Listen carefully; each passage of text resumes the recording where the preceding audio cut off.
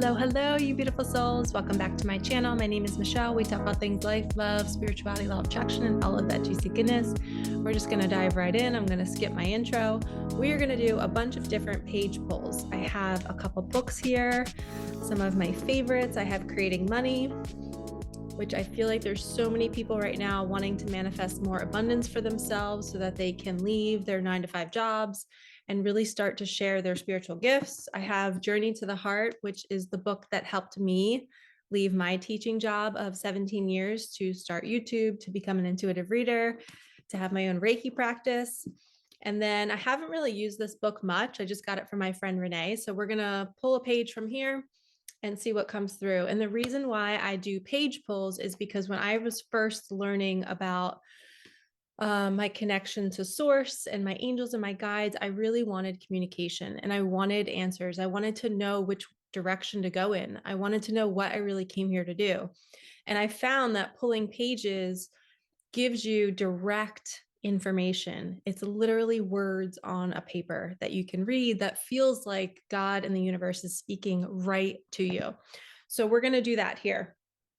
I'm not going to edit this. We're just going to go with the flow. I don't think I'm going to need to edit unless I make some sort of big reading mistake and I sound stupid. I'll edit it. But let's start with Creating Money. So we're going to call on our guides and our angels, Archangel Michael, Archangel Metatron, please open sacred space. Please only allow the highest and whitest light messages to come through. Bless me, bless my books, bless my viewers. Please bring my viewers exactly what they need to hear today in all of the books. Make it all resonate for everyone. Help everybody find some sort of little nugget of information that's going to help them on their journey to find more freedom, more security, more stability, more faith, good health. Let's see what we need to hear. Thank you, thank you, thank you, thank you, thank you. Okay. We're going to see what we need. Left side. Left side's blank. It says, you can do what you love. If anyone wants to screenshot this, try to get my nails out of the way. Screenshot. Okay, chapter 12, you can do what you love. You are a special, unique person, and you have a meaningful contribution to make to the world. Every person is born with a purpose. There is a reason you are here. You have a role to play that no one else on the planet could fill. The special contribution you came to make is your life's work. When you are doing that work, you are following your higher path, and your life will be filled with increasing joy, abundance, and well-being. And then the little italicized phrase in the middle says, as I do what I love, money and abundance flow freely to me. Finding your life's work allows you to create abundance and money easily. The job or activities that are meant to be your life's work involve doing what you love with your time and energy. When you love what you do, you feel alive, happy, and fulfilled. You radiate joy and draw many good things to you. You can make money doing work that you don't like, but it will take more effort. Not liking what you do with your time and energy diminishes your flow of abundance. Loving what you do brings abundance more easily and effortlessly. So talk about how perfect, and my ankle is itching right now, which I should have my Heal Your Body book to see why a right ankle would be itching, but right side is masculine energy and ankle is the root chakra.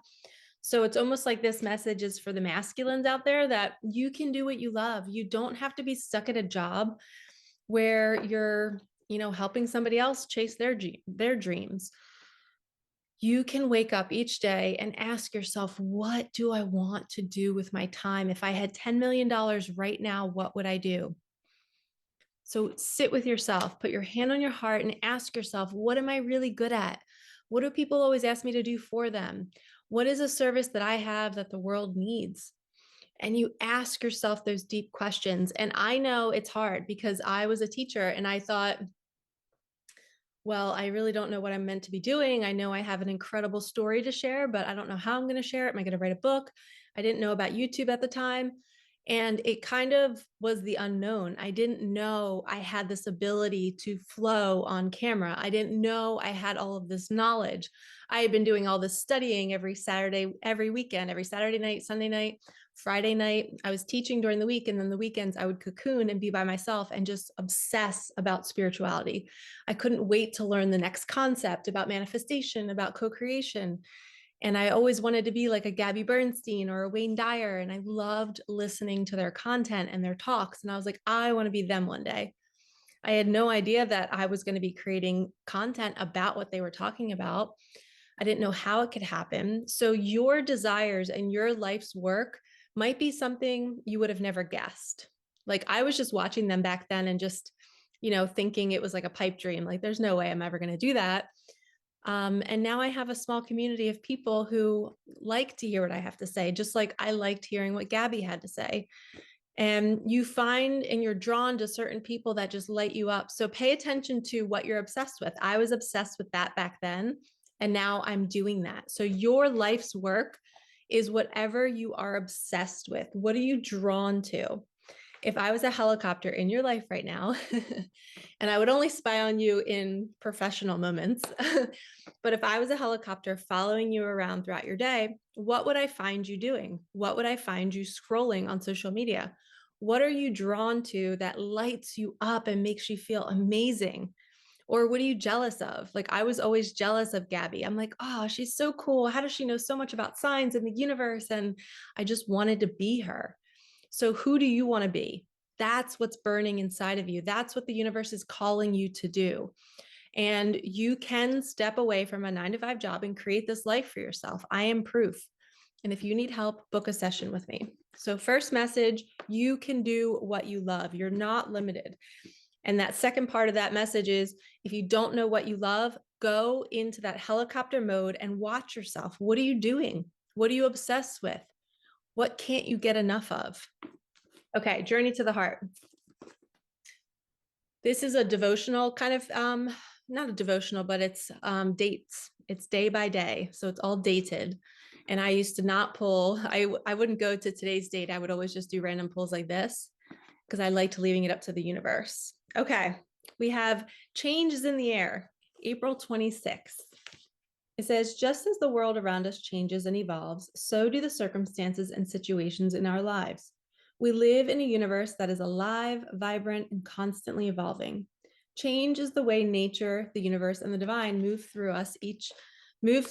us through each period of our lives and into destiny. We are led to our next lesson, our next adventure. There's no need to deny change, to fear it, or to fight against it. Change is inevitable. Just as the earth is constant motion and transformation, so are we. Take your place in the universal dance, the universal rhythm. I love that because I always talk about dancing with the universe. Allow change to happen. Work with it as your life unfolds. Sometimes change comes in one smashing moment, like a volcanic eruption. Other times it happens more slowly, the way the winds and the rains sculpt bridges out of canyons. Learn to trust your body. Its signs, signals, warnings, and excited proclamations. We let the gathering clouds warn us of impending storms, and we learn to study and predict tremors in the earth. In much the same way, our body can function as a barometer for our soul and its place in the consistently changing and evolving universe. You are open now, more sensitive than you've ever been before. Change is coming. It's here. You can feel it in the air. You can feel it in yourself. Thank your body for helping you. Thank the universe for what it is about to do. Then thank God because change will bring you closer to love. Really awesome. And then back then I put, I wrote in my books, I put travel. And then I put, I feel it. Is a soulmate near? I want freedom. So I'll leave this here. I don't know if any of you guys can screenshot, if it's like blurry or not. But you're moving closer to love. So when change is coming, you might sense it. When a manifestation is coming, we talk about all those signs. You feel the anxiety, you feel this inner knowing, you might feel peace, you might feel contentment, you might feel like, oh my gosh, darkest before dawn. I feel like my world is completely crumbling. It's like seeing those dark clouds before the storm. You might be sensing this change. You might be waking up in the middle of the night. I need you just to rest and to know that whatever change is coming is inevitable. And we can't do anything about it at 2 a.m. in the morning. So we're just going to rest and turn off the mind, drop into the body, drop into the heart, and say, I trust the universe. I trust that any storm or any cool storm that's coming, that's going to change things up. A cool storm could be like extra money coming in. like a tsunami of love and joy and happiness. Don't always expect change or the word change to mean something negative. I like to believe that anything is possible. Miracles show up overnight. And that could be love, that could be money, it could be the job, it could be you waking up one day and saying, I'm done with this 9 to 5, I'm going to start my own business. And you make the choice energetically in your head. And then the next day you get a call from somebody who's asking you how to start their own business. And you're like, okay, the universe is now confirming that they want me to take this step because now they're bringing me somebody else who's also taking that step. Okay. So that's how you kind of learn how to dance with the universe. And again, if you don't know how to do this, book a session with me. I love coaching people through this. Okay. Next book, Stephen Farmer, Pocket Guide to Spirit Animals. What animal do we need to hear? Ooh, the gazelle. Okay. Trust your instincts to determine how you respond in the situation you're concerned about and do so quickly. This is not the time to stand out or be the center of attention, but instead to be demure. I've never heard that word. And stay in the background. To manifest your vision, you must be willing to tolerate and endure dry spells when it doesn't appear that much is happening. Yes, I love talking about dry spells. Your spiritual growth will accelerate now in leaps and bounds. Your path at this time will take a few twists and turns, zigzagging here and there, yet every turn will be in alignment with your soul's purpose. 100% what we're talking about. When change is coming, we have to endure the time where no change is happening and we're just like, wait, we're waiting. And that's okay. That's part of the journey. There's going to be drought periods. So if you guys want to screenshot that, I'll move my face out of the way. And I always see, I have the gazelle as my February, my spirit animal of the month. I pull cards for all of my clients and I do an animal for each month. And it's $44.44 if you want to book that. It's below in the description box, or you can buy the one that's $111 where I send you a voice memo of every animal for each month. So each month you're getting a voice memo from me reading your month for you and what I'm predicting and what I'm getting for you. So mine is the gazelle, which means pause, watch a sunset, trust in the drought, trust that I always say abundance is like waves, or any manifestation, it's like waves. They're going to go out and then they're going to come in. But when they're out, they might go out a little bit longer than normal. And that's that drought. You're in this like drought phase. You have to trust it and just go watch a sunset, go watch the sunrise, trust that everything is still coming. And when you can endure the drought period like a champ and you have the anxiety at 2 a.m. going, I don't know what's happening. Can I trust this? Yes, you can. Okay. You're becoming somebody new. And in that angst and anxiety at 2 a.m., you're learning that when the manifestation, when the wave finally comes in, you're going to remember, oh my gosh, I had anxiety for like 3 weeks in a row, but it was because it was about to arrive and I just didn't know it. But now you know. So this is all the manifesting journey. This is the life journey. It's just learning the waves, learning the roller coaster ride, and just going with it. Okay, final message, which I've never used this book before, so I have no idea what we're opening up to, but it's all about embracing your power. So we're going to go with it. Okay, it says, for generations, we have allowed the numbers that correspond to how many years we have been on the planet to tell us how to feel and how to behave. As with any other aspect of life, what we mentally accept and believe about aging becomes true for us. Well, it is time for us to change our beliefs. I know that by accepting new concepts, we can make the aging process a positive, vibrant, healthy experience. She's saying, I am now in my 70th year, and I am a big, strong, healthy girl in many ways. I feel younger than I did at 30 or 40 because I no longer feel the pressures to conform to certain standards of society. I'm going to read the next page. I am free to do what I want. I've stopped searching for approval, and I no longer care what anyone says about me. I walk taller since I don't have to carry those burdens. And I find that I please myself much more often. Peer pressure has definitely become less important. In other words, for the first time in my life, I am putting myself first, and it feels good. All right, so our ending message, embrace your power.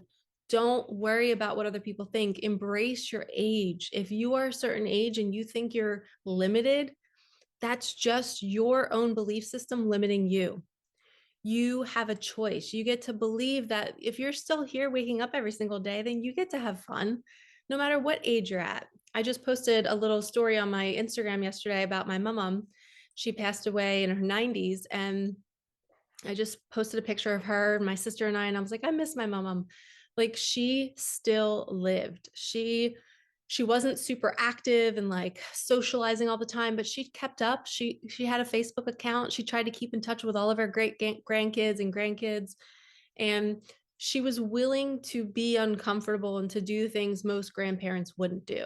You know, the fact that she kept up with electronics was huge. Most people don't do that at that age. Um, and she didn't let her age get to her. And there's so many other older women who I admire who don't even look at age as a thing.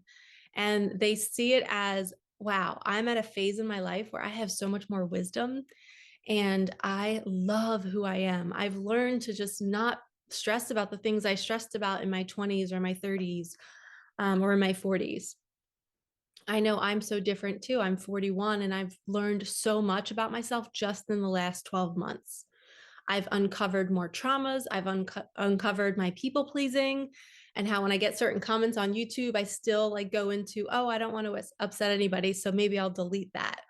No, I get to be myself and I don't need to please anybody. And it's just a progress. It's a work in progress. We're always healing and growing and learning, but we have to embrace who we are and know that we're waking up every single day in these bodies. So don't we get to choose what we want to do and what we want to say and what we want to post? So don't let other people's opinions of where you are in your journey, how old you are, what you look like, maybe how your path has unfolded. I always felt like because of my loss, like the victim part of me felt like I was behind. You know, why everybody else was getting married and having kids, I was picking up the pieces of my life and feeling like I don't know who I am anymore. And I wasn't going out and I wasn't socializing. I was literally teaching in a building, going home and cocooning and just trying to figure out, like, how do I find happiness? How do I not be stuck in my misery? And I was always outside of myself looking for attention and sharing my story in kind of like a victimhood way. And now it's like, I can't judge any of that because that led me here. I can now see that that was my ego hurting and it was my younger Michelle hurting. And I'm so grateful I'm 41 and I have this wisdom. And I'm so grateful that I don't have a family and I don't have a husband because I can say that I did it. I got here on my own and I survived something that was really hard and I'm doing something with it. And so my question to all of you is, where can you look back at your path and not judge it, not beat yourself up for it, not think you should be further along, or why don't I have a family, or why aren't I married, or why don't I have $1 million in the bank? How can you just look at it all and say, this was perfect? I can't do anything. I can't change it. I can change what I want to create for my future. Like that first book's message, you know, we can create, we can do what we love. We don't have to stay where we are and judge it and how we got there. Maybe you're upset with yourself of how you ended up where you are right now. I'm here to tell you, unhook that trailer that's tagging along in the back of your car or your truck, unhook it and leave it behind. Be new today. You can create a whole new reality for yourself. Okay. And book a session with me if you need help, because it is hard to do it alone. We need somebody else who's already done it, who can show us the path. And then we explore it on our own and we do the work ourselves. But it's nice to have a guide to say, like, hey, you're doing great. I'm mirroring back to you the things that you can't see, but you're doing great. Keep learning, keep growing, keep walking. Okay. Thank you so much for watching. I hope you enjoyed these page pulls. They're one of my most favorite things to do in my own personal world. If you guys were to live with me in my house, you would see that I pull a page almost every other day. I pull cards every single day. I do it for guidance for me so I can connect to my heart and to my guides and angels to see what I need to hear today. And these messages were for somebody. So please comment below and let me know if it hit your heart and if you're going to take any of this and apply it to your life. I love hearing that these messages are helping you. All right, lovies, like, comment, subscribe, hit that bell. I will see you in the next one. Thank you for supporting me and my channel. I love you to pieces. Mwah. All right, bye.